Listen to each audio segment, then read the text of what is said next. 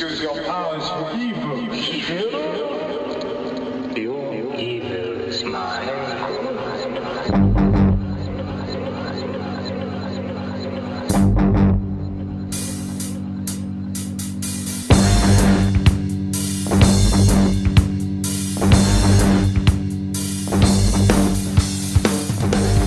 And hello, welcome to another bonus episode of Next Stop Everywhere. That's right, we are just flooding your podcast feeder, hopefully with good stuff. We had talked earlier that we had a special bonus episode, and we have another one. At the same convention, Comicpalooza, I was lucky enough to interview the sixth doctor, Colin Baker. He is the doctor that followed Charles's favorite doctor. Yes. He was very clever. He talked a lot about his background and reading comic books and how much he enjoyed being the doctor. Once again, it's a panel, so it's a little handheld recorder. We tried to repeat the questions. And in this one of the audience members asked him to do one of Matt Smith's, speeches, his monologues. And Colin was nice enough to do it. And did a great job. And do it as his doctor would do it. Exactly. Right. And so it was instead of a bad Matt Smith impersonation. Yes. So a truly interesting guy. Tell us a little bit about Colin, Charles. Like you said, Colin's doctor, the sixth doctor, followed my favorite doctor, Peter Davison. But so we took a little getting used to because his doctor was so abrasive and, just with the gaudy clothes and, just his little bickering back and forth with Perry, his companion. So played by Nicola Bryant. So it was a little hard to get used to that first season, which was season 22. But season 23 came around, and Colin's doctor had softened him a bit. He and Perry got along a little better, and were much more, like friends as opposed to just like a bickering married couple. So which made for much better adventures. But by that time, the BBC had kind of cracked down on the violence in the show at the time, and so they tried to lighten it up a little bit with humor, particularly in the first part of the trial of the Time Lord season, which was the Mysterious Planet. But eventually by the end of the trial, you're getting into a little darker territory because you have the revelation that the Doctor's archenemy, the Valeyard, is in fact a future Doctor that's evil. So it was a great villain for Colin to play off of, and it gave him something of his own that the Valeyard hasn't returned since. So it's kind of his villain in a way, and I think that's great. So, Charles, any thoughts about his audio dramas? I know that he has really embraced being a doctor with the Big Finish episodes, correct? Yes. Colin was so enthusiastic about taking over the role, and I think he had it in his head that he wanted to outlast Tom Baker as far as being the longest serving doctor. Tom Baker ran 7 seasons, and I think that, Colin probably would have gone even farther than that had he had the opportunity. But because of politics of the BBC at the time, especially with Michael Grade, the BBC controller at the time, being an evil tyrant that put the show on hiatus for 18 months, which at the time was just inconceivable to Doctor Who fans, before the show finally returned for season 23. that and eventually they sacked Colin from the role, and he was a little burned by it, as I understand the story, that because of that he didn't return for the regeneration in Time of the Rani with Sylvester McCoy. So there was no actual regeneration. It was just Sylvester McCoy in a wig, dressed as Colin Baker, but his face was blurred by computer effects until his Seventh Doctor face formed. But the Big Finish audios gave Colin the chance to redeem his Doctor in the eyes of a lot of fans. He had some great companions. I mean, besides Perry and Mel returning, you had the introduction of an older female character named Evelyn Smythe, who was an excellent foil for Colin's Doctor.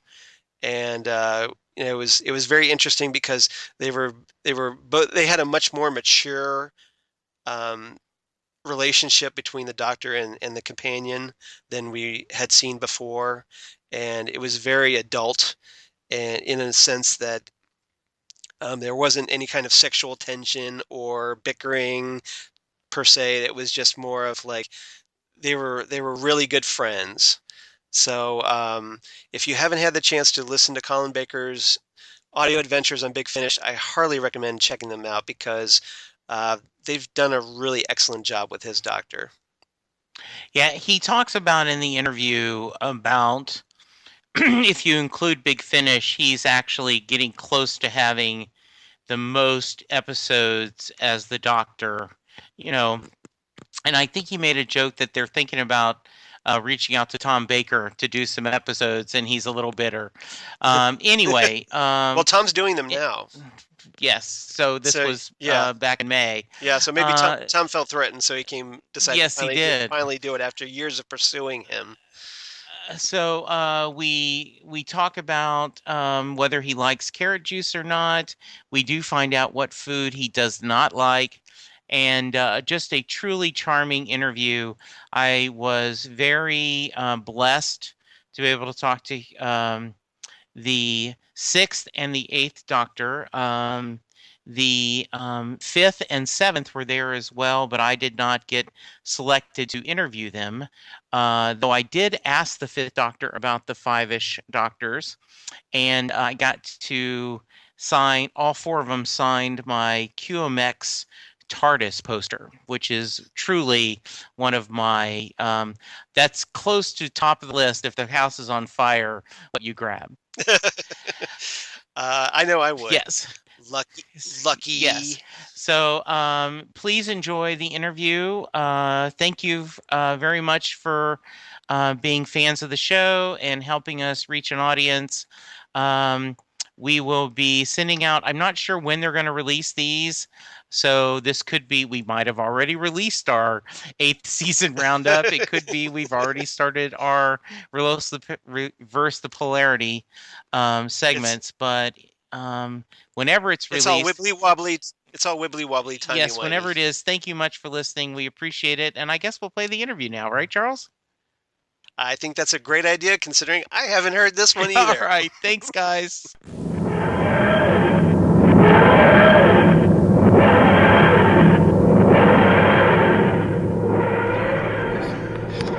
Brilliant. Do you want a massage? Brian Johnson's your man. So, welcome to Houston. So if I fall asleep, okay, you'll know why. I'll gently nudge you. Oh, he's got a list of questions. I do. How many pages? Don't worry. We'll get to the important part where the fans talk to you more quickly. So let's go to the beginning, which according to Rodgers and Hammerstein is the perfect place to start. I grew up loving comic books, Star Trek. I joined Doctor Who fandom late in life. Talk to me about your boyhood. What did you love reading? What did you love watching? What was who were your heroes growing up? Well, watching didn't come into it in my boyhood. Yes. I didn't have a TV till it was the coronation, I suppose. So I was 10 when I first saw TV. Can you imagine that? no TV to the attempt. Well, I hadn't even heard of it. Vaguely heard of it. But like aeroplanes, it was something that would never happen to me. got that wrong, didn't I? So my excitement, and some of you are going to like this, was on a Saturday morning with my pocket money, going into the market in Rochdale in Lancashire, where I lived, to buy a comic. And the comics that I got, I could only afford 1 or 2 a week because I think there was 6p, which was 2.5, it's less than a cent in my modern money. And I wish I still had that collection. My mother threw it away. Yeah, why do mothers do that? She threw away my teddy bear as well. I mean, she's no longer with us because she'd be 110 if she was. But I never forgave her for giving away my teddy bear. I went back when I was in my 20s and said, whatever happened to my teddy? Oh, I gave that away years ago, she said. And I'd only just like Winnie the Pooh going up the stairs, very sad. Anyway, I used to go into Rochdale on a Saturday morning and buy Captain Marvel. And I think there was a Miss Marvel as well. Yes, there was. And I like the cowboy comics. Tom Mix, Hopalong Cassidy, Lash LaRue. It was all American stuff. And I had a wonderful supply of comics. And that was my entertainment. And the cinema occasionally on a Saturday morning to go and see Flash Gordon. And not the Brian Blessed one, the earlier one. The Buster Crabbe one, the proper one. Yes. Very nice. So that was my childhood. And reading books. I read books. I was given special permission to join the library a year early. My mother was a teacher, so I learned to read quite quickly, so I was reading when I was 4. And so I joined the library and used to get loads of books out, and things like, Enid Blyton, of course, who wrote loads of children's books. And one book I remember was called Into the Happy Glade, which was a book about some badgers and foxes and rabbits and birds that all joined together to escape from a woods that was going to be destroyed by human beings who do these things. So I got into my fantasy reading quite early, really. Yeah. Sir Arthur Conan Doyle, did you... No, that was later. Later? When I was I started off with John Wyndham, I think. Okay. My father had got a book when he was going on a plane, and I think it was the Chrysalids. So I read the Chrysalids and the Kraken Wakes, and what was the Triffids book called? That's the one. I read all them, and that really got me hooked on the genre. Okay. So I bought, this is in my teens now, almost every Heinlein book, every Asimov book. Yes. I still think Have Spacesuit Will Travel is almost a perfect book. If someone said, well, give me what's a good science fiction novel to give to a young reader. I love the Heinlein novels. I love Isaac Asimov, absolutely. And Poland Kornbluth. Yes. And all those guys from that generation that really got me hooked on sci-fi reading. Yes.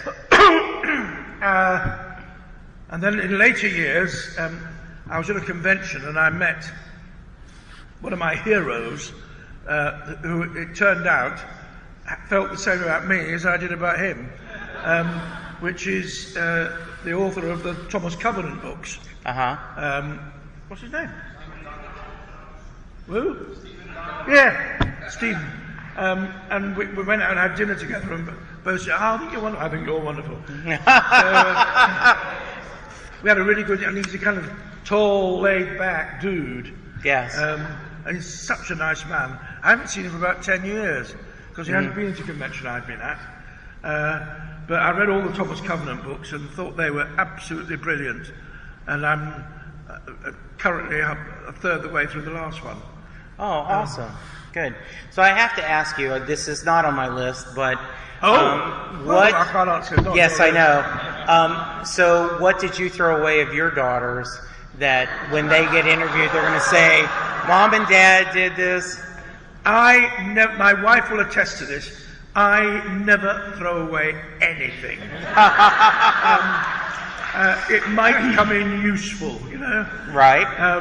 There's a British comic that has a very good act about the man drawer. Yes. The things that men keep, this screw on top from a long distant central heating system you don't have anymore, but it might come in useful. You never know. And old batteries and springs, and I'm that kind of person. I keep everything. I've got all my old school reports. I've got the lot, and I do the same with my children. Everything they ever did when they got the prize for the stupidest drawing in class or something, whatever the prize was, I've got that in a box file. So that it won't be me, but my wife, on the other hand, throws away everything. If it's not nailed down, she's not allowed in my office for that reason. I have the exact same relationship with my lovely bride. She throws away everything, and so I have to kind of claim part of the house, like leave this alone. And I'll come home after a holiday, and she had the day off, and there's huge black trash bags. And I said, I don't even want to know. If I don't miss it, I can't blame you for throwing it away. Well, the other day I went into, she's got one of those, I think they're called, it's a Shogun, they call them something else over here, Mitsubishi Shogun, Pajero, I think they call them here. So it's got a big area in the back, and it was full of black bags. And I opened them up, and there's half my possessions in there. So I reclaimed some of them, and she huffed and puffed about it. Said, I want this. You haven't looked at it for years. Well, I'm looking at it now. Do you have a lot from your time as the Time Lord? No, I wish I'd kept more. I wish I'd taken the sets home with me. I did keep a few things. It never occurred to me that anyone would be interested. So of most stories, I kept an item, something small. And I've got some of them, but every now and then a charity comes along and I think, well, this will raise a bit of money, and they do, of course, real props from the programme. So I should have kept an awful lot more. Well, that's a very big tube for a very small Well, thing. I have another big poster that I want you to sign later, but Tom Zoller, his artist here, made a print of all the doctors, and you complimented it. Someone signed it, so he wanted you to have this. Oh, brilliant. So that way you can have... Oh, that's like one that. other thing you should not... You can tell her, don't let it go. Oh, that's nice. Thank you. I did some research, and there have only been 12 men who've walked on the moon. And at one point, there were less people had played the Doctor than walked on the moon, which is fascinating. I'm going to ask you in the questions that probably you get asked all the time, but just to give us a little bit how it must have felt getting cast and getting to play this iconic figure and just that journey. I've just seen that. Yes. Oh, that's cute. How wonderful. I like my long legs. Yes. Beautiful. Anyway, how it felt. Well, I mean, you all probably know that I played a small part in one of Peter Davison's stories. We will get that. Trust me, that is truly one of the highlights of the 50th anniversary. It would not have been complete, from my perspective, if they had not had that. Well, thank you. But Max Hill, we rehearsed for a week when we do these things, and not now, they just turn up and do it, they don't rehearse at all. But during that week's rehearsal, at the end of it, the producer comes along and has a look, and he had a look, and basically he said to me, I apologise if any of you were here yesterday, because it's the same story, but he said, are you under the impression this programme is called Max Hill of the Gallifreyan Guard? And I said, no. He said, well, you are behaving as if you think that's what the programme's about. I said, well, everybody's the main character in their lives. You know, for Max Hill, Peter Davis, not Peter Davis, the Doctor is just someone who's annoying him. Right. So I was playing I'm annoyed by you, you insignificant little twerp. And he asked me to tone it down a little. In fact, he gave me a nickname, Archie, which he always used to call me Archie, because my performance was so arch. But anyway, as a result of that, John Nathan Turner and I laughed a lot. I got on very well with him. And a year later, I got a phone call from him, asked me to come and meet him. And I went to meet him, and he said, Peter's leaving. And I said, oh, well, it never occurred to me that he might ask me. You're thinking, wow, that's really nice. He called to tell me, but, you know. Yes. And he said, how would you feel about taking over? What? Playing the Doctor? I said, I think I'd probably feel quite good about that. So he said, take away all, he gave me a load of old VCR tapes, and one from each Doctor, and I watched the stories, and I said, come back and we'll have a chat about how you'd like to play it. And I told him how I'd like to play it, and he liked that, and he took me upstairs to meet head of programmes and paper clips, or whatever the chap was, who was watching television when I came in. He was watching cricket, and I'd been watching the same cricket match. So we talked about cricket for 20 minutes, and then he said, yeah, he's fine, you can have him. And that's how I got to play the Doctor. I didn't have to do a screen test or anything. In fact, it's the easiest job I've ever got. I go up for parts, 5-line parts in tellies nowadays, to be interviewed by some 12-year-old who's making television programmes and not getting the part. You know, that one I was given. How So very fun. it was a really good way to, because I think I'd have been very nervous if I'd had to do a screen test. Right. And I went home that night and I said to my wife, I am the Doctor. And she said, that's nice, dear. Could you put the rubbish out? That's why I love her. Yes, indeed.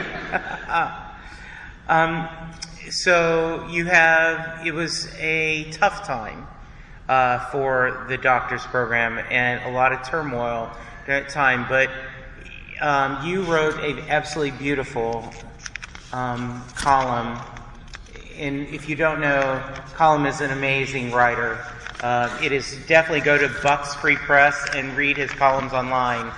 But you wrote Spare a Thought for the Sixth Doctor legendary role was a career highlight for the anniversary. And it was absolutely a beautiful, talking about how much you enjoyed being part of this legend. Phenomenon. Yes. And so, I know for us fans, we just appreciate it and love the idea that you loved being the Doctor. Yeah, well, thank you for that. Yes, I did. I was unaware at the time I was doing it that there were all these things going on backstage. Right. And it really was actors getting on with their job and writers getting on with their job. And the politics within the BBC didn't impinge until quite late on. So I wasn't aware that the script editor and the producer were rowing, that the people at the top of the BBC didn't want to carry on making the programme. None of this filtered down, thank goodness. Yeah. Because it would have been unpleasant when you're working on something. But towards the end it became clearer. Yeah. And then of course there was the hiatus, and it was a difficult time. But, what the heck, I got to play the Doctor for 3 years. There you go. Yeah. Yeah. You talk a lot about it in the Trial of the Time Lord commentaries. I do think it's funny, how often do people bring you carrot juice? Occasionally. I almost stopped at the grocery store and brought some, and I said, no, don't go the obvious joke. Fortunately, I like carrot juice. Very good. If people brought it to me, I'd receive it with pleasure and drink it. Okay. There you go. Now we know. But what I don't like is jelly babies. Jelly babies to me, if you imagine someone bought a load of old car tyres and chopped them up and flavoured them, that's jelly babies. And no wonder Tom Baker gives them away all the time. Well, I am offering them to fans who want one as they're asking their questions. Lucky old you. Yes. So if you want to start lining up for your questions, Misty, if you're here, you get to go first because you did not get to ask Paul one. But talk a little bit about the Five-ish Doctors. wow, now... It was absolutely the sweetest, funnest. It was just 35, 40 minutes of pure joy for me watching. See, the thing now is, I'm actually glad I wasn't in the 50th anniversary special, because otherwise we wouldn't have made the 5-inch Doctors. Yes. Which we had so much fun doing. I have to raise my hat to Peter. It all started because Peter had once been unable to go to a convention in LA and had sent them an amusing film by way of apology, and it was very funny. And he's always been keen on cameras and stuff like that. So he came up with the idea of us doing our own. And without his passion and determination to do it, and getting all those other people who were in it to do it, it was like a snowball, really. So I really have to raise my hat in tribute to Peter Davison. Well, he's done two great things in his life. One is he left the programme, enabling me to move in. I'm sure he's done a lot of great things in his life. Yes.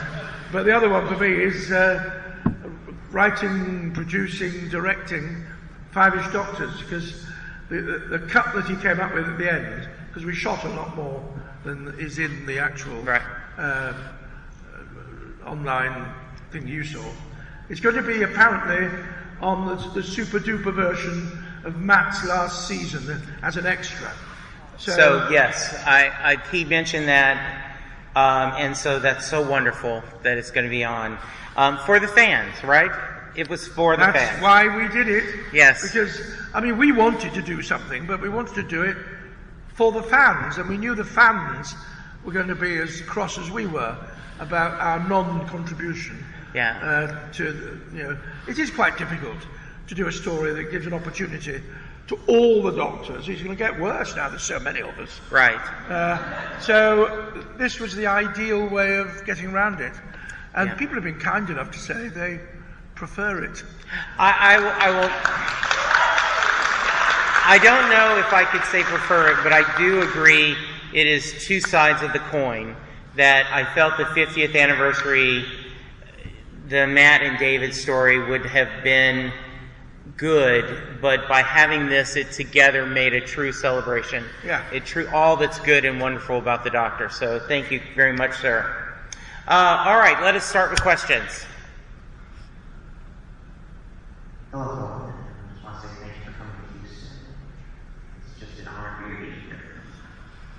My question is, Doctor Who's known for its wide variety of monsters. What was your favorite monster story?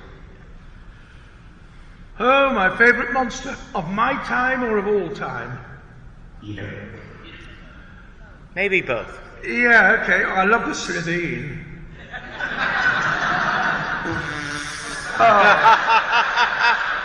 That's a brilliant monster. And there's a lot of the new ones I really envy. I mean, the angels are okay, the weeping angels. The only trouble is they're so easy to deal with. That strange doctor who wears his brown stripy suit, what's his name? Tennant. That's strange. He's not very well known, right? Yeah. Yeah, that strange doctor didn't see. You need a sixth Doctor really to use the old noggin. All you do is this.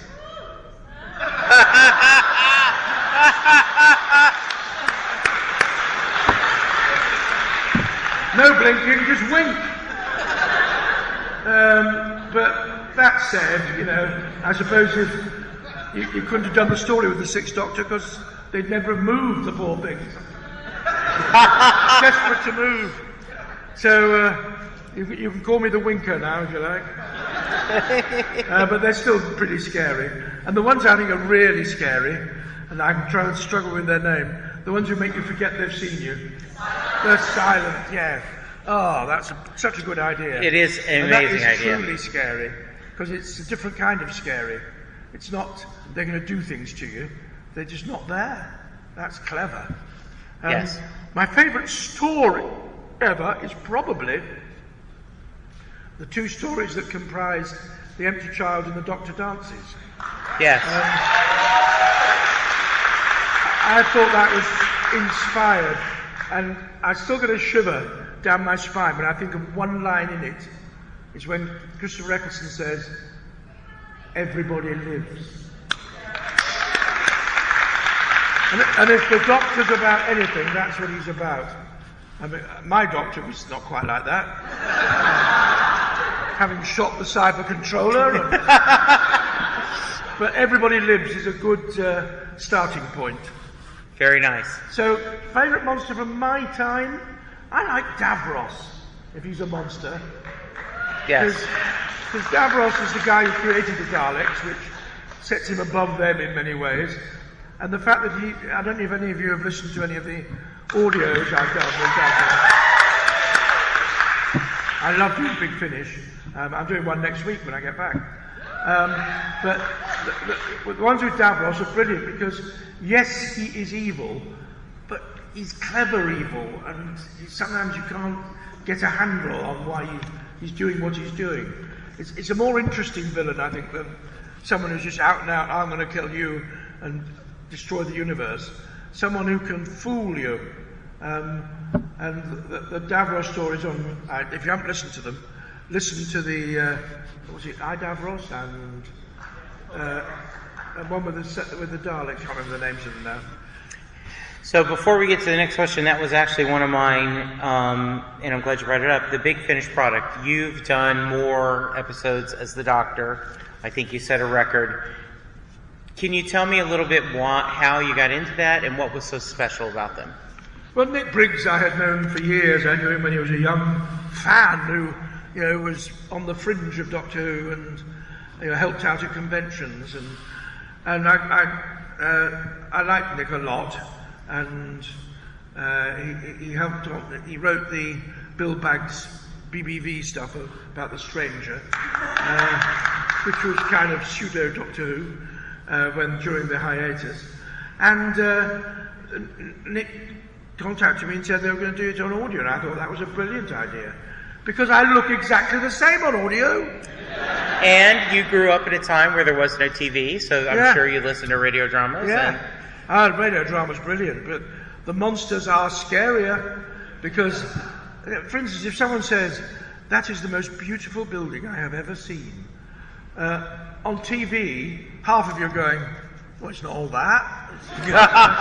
Whereas on audio, everyone sees their own beautiful building. And that's why I love it. And the monsters are big and scary, and the planets are huge and exotic. You can do anything sound only.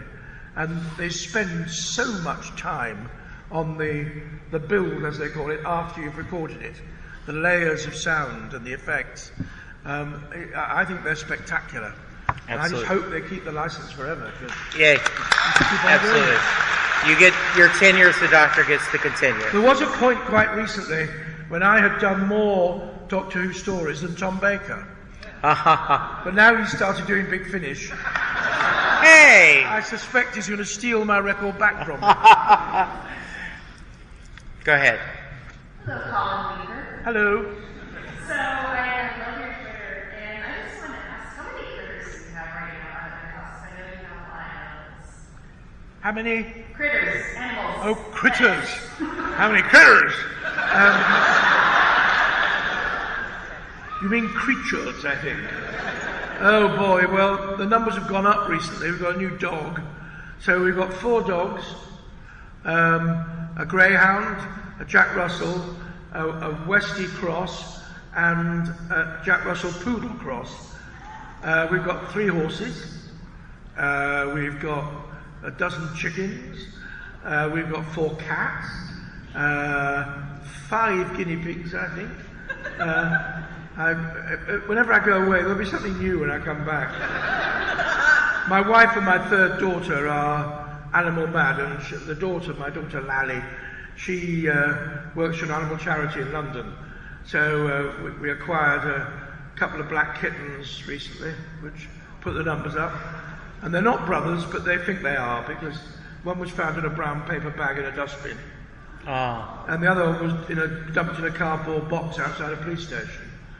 They're both about the same age, and boy has their life changed for the better. Because at Baker Towers, as I call my home. We're lucky we've got lots of land, and we can walk out of our gate and walk for an hour without seeing a car. We're on the edge of woods. It's just beautiful. I'm very lucky. And so the animals, because they've just got the world at their feet, but they spend most of it on our bed, all of them. Now they've got all those lovely woods and lawns and gardens, and they either our bed or one of my daughter's beds. I have 4 daughters, 3 of whom still live at home. You're a blessed You know what it's man. like, girls. Who can afford to buy a house these days? Good. Pleasure. Hi. There are 2 Big Finish audio films called Project Twilight and sequel Project Lazarus, where the Dr. Pikes an organization referred to as the Fort.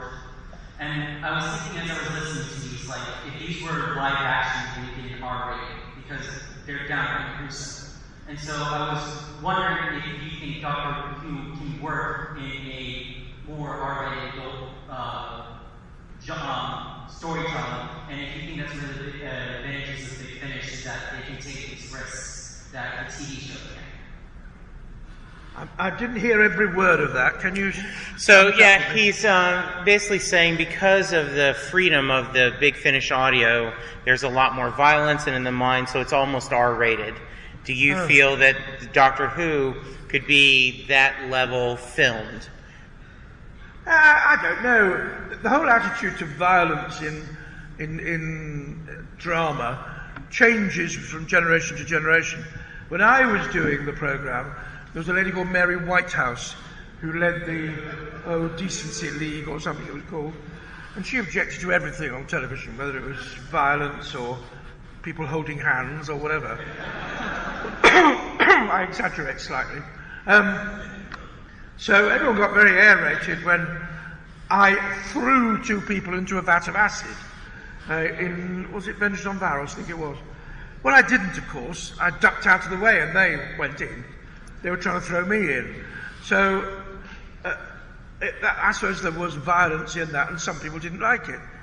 But I do kind of think that in order to have a credible threat, and that's what drama's about, you know, a threat to your leading character, there has to be the odd occasion where the threat comes through. It's like you have to now and then have an incident like Adric dying in order to show that this is dangerous what we're doing. Right. Excuse me. No problem. So I have, I enjoy all that. For me, I'm pretending. I don't have the responsibility of making the decision that the broadcaster has. So if the script requires me to jump up and down on Davros's head, then I'll do it. And then other people can argue about whether I should have done or not. Very nice. Next. Hello. The Valyard is one of the most mysterious characters from Trial of the Lord and pretty much the whole Doctor Who universe. So I was wondering if you personally have a theory on the Valyard's origins or who he really is. Not really. I'm assured that he is a kind of halfway house between 2 doctors that went wrong. But everyone's very kind of evasive about that. When we were doing it at the time, nobody seemed to quite know. It's one of those naughtinesses that script editors and writers indulge in sometimes. So I think whatever your theory is the right one. All I know is Michael Jaston was brilliant. Absolutely. And he's a great friend of mine, and I love the man. So I'd love to do another one with him. Yeah, maybe an audio drum. Yeah. That'd be very great. Next, please. At conferences, cosplaying is a very important part. Having a good cosplay, that's another topic.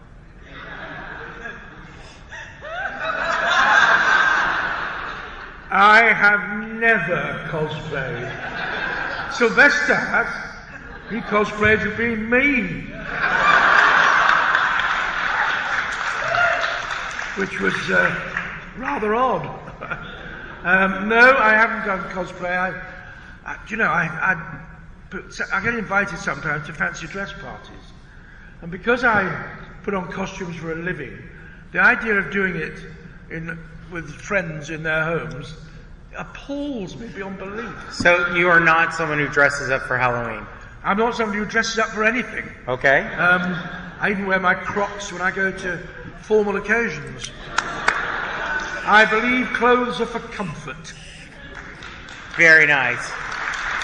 I'm certainly not a peacock, and I try and avoid looking in mirrors, as you can tell from looking at me. And people are very kind. They come up and say, when they're getting an autograph on one of my photographs, they'll say, which is your favourite? And it's a bit like saying, what's your favourite finger? Or and who likes looking at photographs of themselves anyway? I don't. So I don't have a favourite one of me. And also, it's really annoying looking at pictures of yourself 35 years ago. You know, right. Was it 35? No, it's 30 years ago. Okay. No. Yes, 30 years ago. Maths wasn't my strong point. Do you have a doctor? Do you have a favorite doctor? I always used to say my favourite doctor was Patrick Troughton. Of all the classics. For the one very good reason.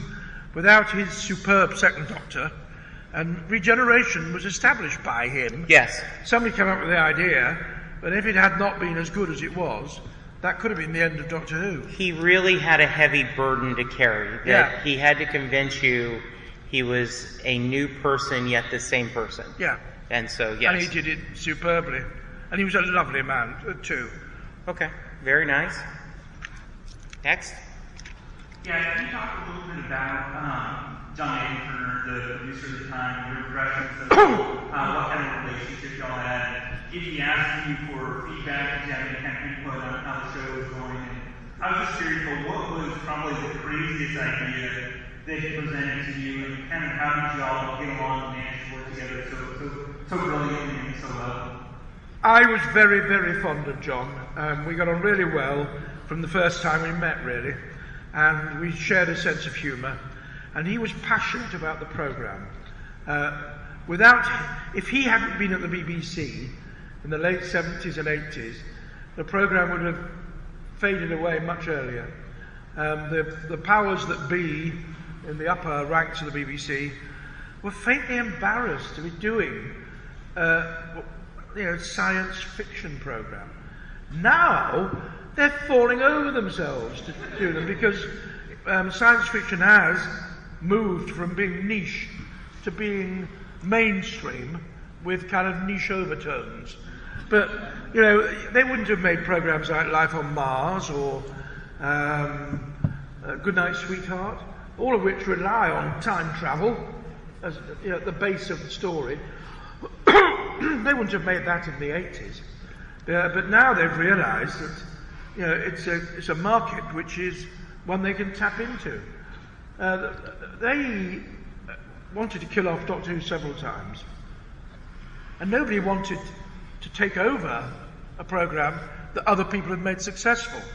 So thank God John stayed. He single-handedly brought it over here, because he was the one who... I had to go to a convention before I'd even seen the first script, let alone filmed anything.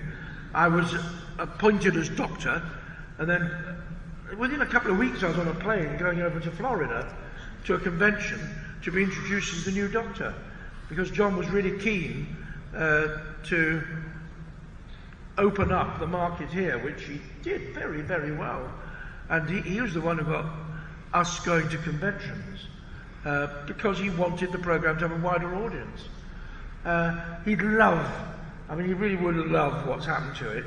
He might have been a bit sad that he wasn't in charge anymore, but it's a shame that he died before it came back superbly with Russell T Davies, who, funny enough, is like a double-sized version of John Nathan Turner.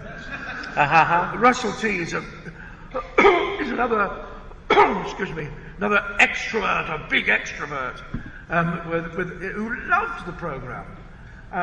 Fortunately, he had a pedigree with the programmes he'd done before in England that enabled him to say, they said, what do you want to do?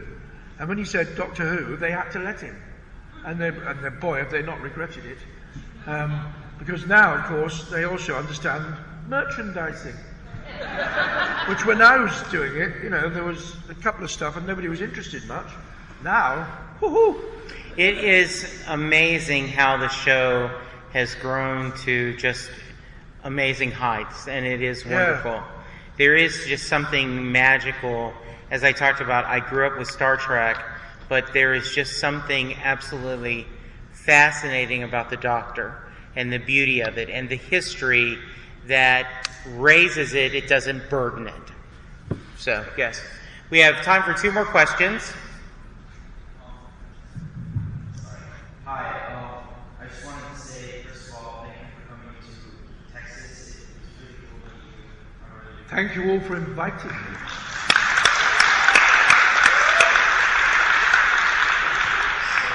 My question is, the Sixth Doctor is a very unique personality. What like traits or attributes of the Sixth Doctor's personality makes him irresistible apart from the others? You're asking me? Oh, I don't know. I just, they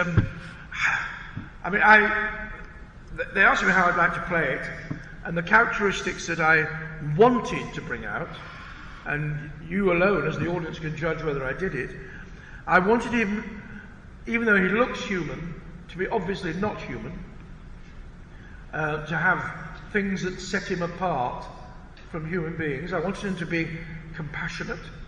Maybe that sets him apart from most human beings. Who knows?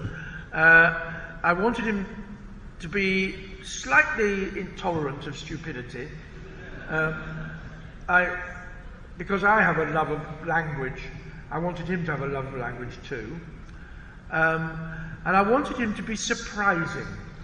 There's an analogy I've always used, which is I would want to see something like stepping over a dead human body to pick up a butterfly with an injured wing.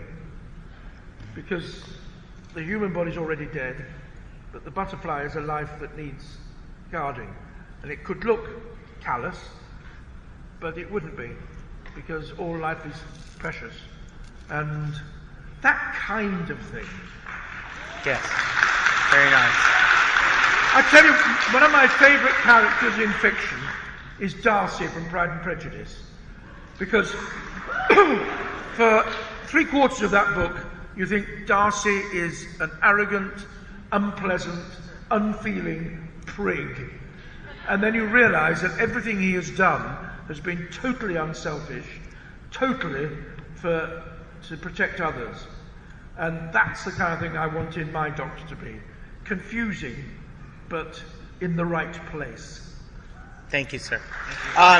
There has been a fan, and I do not know if she's here, but she has been every panel, and she has had a passage from Matt's tenure as the Doctor, and has asked people to read it.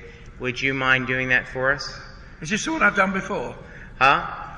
Is this the one I did at another convention? I don't think so. This is where Matt telling Claire goodbye on the final. Did the others read it? Each of them had a different one. So, yes, they did. Okay. But if you do not want to? No, I'll do it. All right, very nice. You ready? Is she Clara or Clara? Clara. Clara. Clara sometimes asks me if I dream. Of course I dream, I tell her. Everybody dreams. But what do you dream about, she'll ask. Same thing everybody dreams about, I tell her. I dream about where I'm going. She always laughs at that. But you're not going anywhere. You're just wandering about. That's not true. Not anymore. I have a new destination. My journey is the same as yours, the same as anyone's. It's taken me so many years, so many lifetimes. But at last, I know where I'm going, where I've always been going. Home. The long way round. Ladies and gentlemen, the $6 Colin Baker.